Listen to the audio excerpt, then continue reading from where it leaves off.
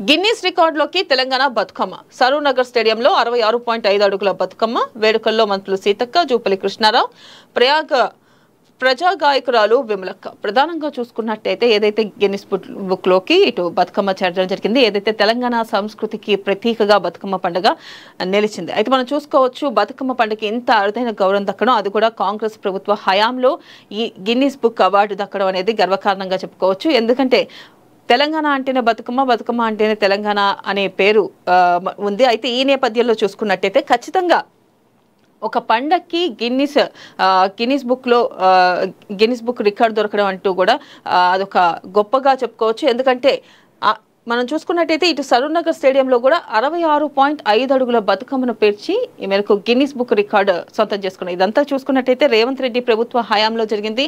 అయితే ప్రభుత్వం ఎంత ప్రాముఖ్యత ఇస్తుంది పండుగలకి, ఇటు తెలంగాణ పండుగగా చెప్పబడే బతుకమ్మకి ఎంత ప్రాముఖ్యత ఇచ్చింది అనేది దీన్ని బట్టి మనకు అర్థం చేసుకోవచ్చు. అలాగే చూసుకున్నట్టయితే స్థానిక రిజర్వేషన్లకు అందరూ సహకరించండి, మంత్రి పొన్నం ప్రభాకర్ విజ్ఞప్తి. 100కు 100% ఎక్కువ స్థానాలు తామే గెలుస్తామని ధీమా. ప్రధానంగా చూసుకున్నట్టయితే నిన్న పొన్నం ప్రభాకర్ కూడా చెప్పడం జరిగింది, ఖచ్చితంగా స్థానిక సంస్థల ఎన్నికలకి 100కు 100% మనమే గెలుస్తామంటూ కూడా ఆయన స్థానిక సంస్థల ఎన్నికల గురించి మాట్లాడుతూ, అలాగే బీసీ రిజర్వేషన్ల గురించి మాట్లాడుతూ ఆయన చెప్పడం జరిగింది. అలాగే నెక్స్ట్ కనుక చూసుకున్నట్టయితే ఇటు కేటీఆర్ అదే ఎన్నికల గురించి ఏమంటున్నారంటే స్థానిక సంస్థల ఎన్నికల గురించి లోకల్ ఫైట్ కు మేము రెడీ, గల్లీ నుంచి ఢిల్లీ దాకా గులాబీదే హవా, బీఆర్ఎస్ వర్కింగ్ ప్రెసిడెంట్ కేటీఆర్ కీలక వ్యాఖ్యలు.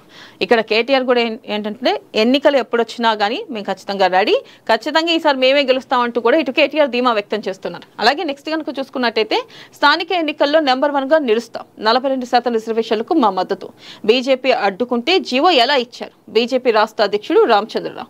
ప్రధానంగా చూసుకున్నట్టయితే స్థానిక ఎన్నికల్లో నెంబర్ 1 గా నిలుస్తామంటూ కూడా ఇటు రామచంద్రరావు బీజేపీ రాష్ట్ర అధ్యక్షుడు చెప్పడం జరిగింది. 42% రిజర్వేషన్లకు మా మద్దతు ఉంది, బీజేపీ అడ్డుకుంటే జీవో ఎలా ఇస్తామంటూ కూడా ఎలా ఇచ్చారో అంటూ కూడా ఆయన ప్రశ్నించడం జరిగింది. అలాగే నెక్స్ట్ మరొక పేపర్ చూసుకుందాం. మరొక పేపర్ కనుక చూసుకున్నట్టయితే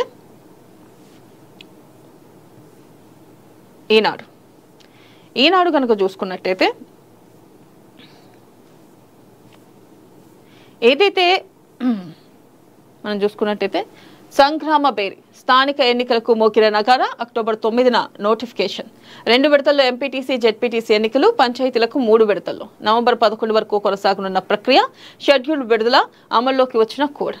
ఇక ప్రధానంగా చూసుకున్నట్టయితే ఏదైతే రాష్ట్రంలో స్థానిక సంస్థల ఎన్నికల నగారా మోగింది, రాష్ట్ర ఎన్నికల కమిషనర్ రాణి కుమిదిని సోమవారం ఎన్నికల షెడ్యూల్ ప్రకటించారు. అయితే మనం చూసుకోవచ్చు ఇక్కడ అక్టోబర్ 9న ప్రారంభమైన ఏదైతే స్థానిక సంస్థల ఎన్నికల నోటిఫికేషన్ 11న ముగుస్తుందని ఆమె తెలిపారు.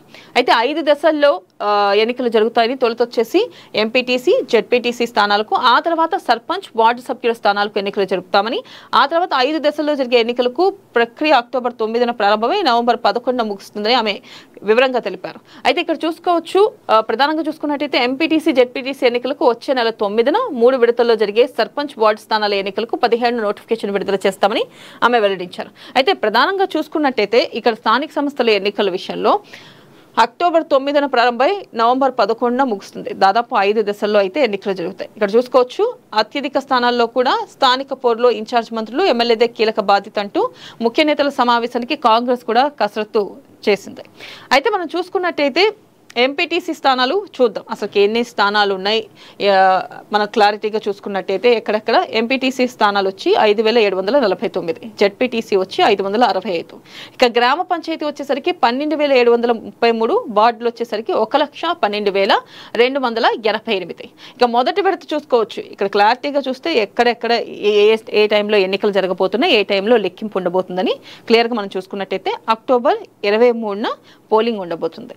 అలాగే లెక్కింపు వచ్చేసి నవంబర్ 11న మొదటి విడతలో.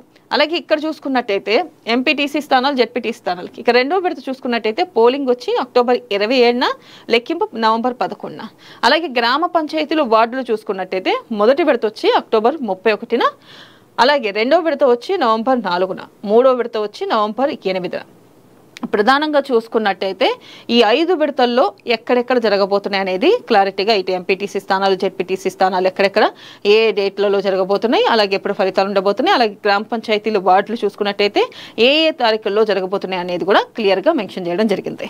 అలాగే ఇక్కడ ఒక సందిగ్ధం ఏంటంటే ఖచ్చితంగా ఎన్నికలు స్థానిక సంస్థల ఎన్నికలు జరుగుతాయా, ఒకవేళ జరిగితే ఇదే డేట్స్లో జరుగుతాయా, లేకపోతే మరొకసారి వాయిదా పడే అవకాశం ఉందా అనే ఒక సందిగ్ధం నెలకొంది. ఇటు రాజకీయ విశ్లేషకులే కానీ న్యాయ నిపుణులే కానీ చెప్పేది ఏంటంటే ఎక్కడా కూడా కులగణన చేశారు, కానీ ఎక్కడెక్కడ ఎంతమంది కులాలు ఉన్నారు, అక్కడ ఏంటి అంటే సపోజ్ ఒక ఎగ్జాంపుల్ తీసుకున్నట్టయితే ఒక ఊరు ఉంది, ఆ ఊర్లో ఎంతమంది ఎస్సీలు ఉన్నారు, బీసీలు ఉన్నారు, ఎస్టీలు ఉన్నారు అనేది మాత్రం ఇంతవరకు బయటికి ప్రకటించలేదు. మరి ఈ నేపథ్యంలో కులగణన ఎలా చేస్తారు, కులగణన చేసిన తర్వాత ఈ నేపథ్యంలో ఎలా కేటాయిస్తారు సీట్లు అనేది కూడా కొంతమేర సందిగ్ధం నెలకొంది. ఇక్కడ చూసుకున్నట్టయితే మనం చూసుకోవచ్చు, ఏదైతే ఈ ఎస్సీలకి, బీసీలకి, ఎస్టీలకి రిజర్వేషన్ల పరంగా చూసుకున్నట్టు సీట్లు ఎలా కేటాయిస్తారు, కేటాయించిన సీట్లలో ఆ పోటీ ఈ 2-3 రోజుల్లోనే మరి కేటాయించడం జరిగింది. ఈ 2-3 రోజుల్లోనే ప్రభుత్వం మరి ఎక్కడెక్కడ ఏ కులాల వారు ఉన్నారు అని చెప్పి క్లారిటీగా బయటికి నోటిఫికేషన్ విడుదల చేసే అవకాశం ఉందా,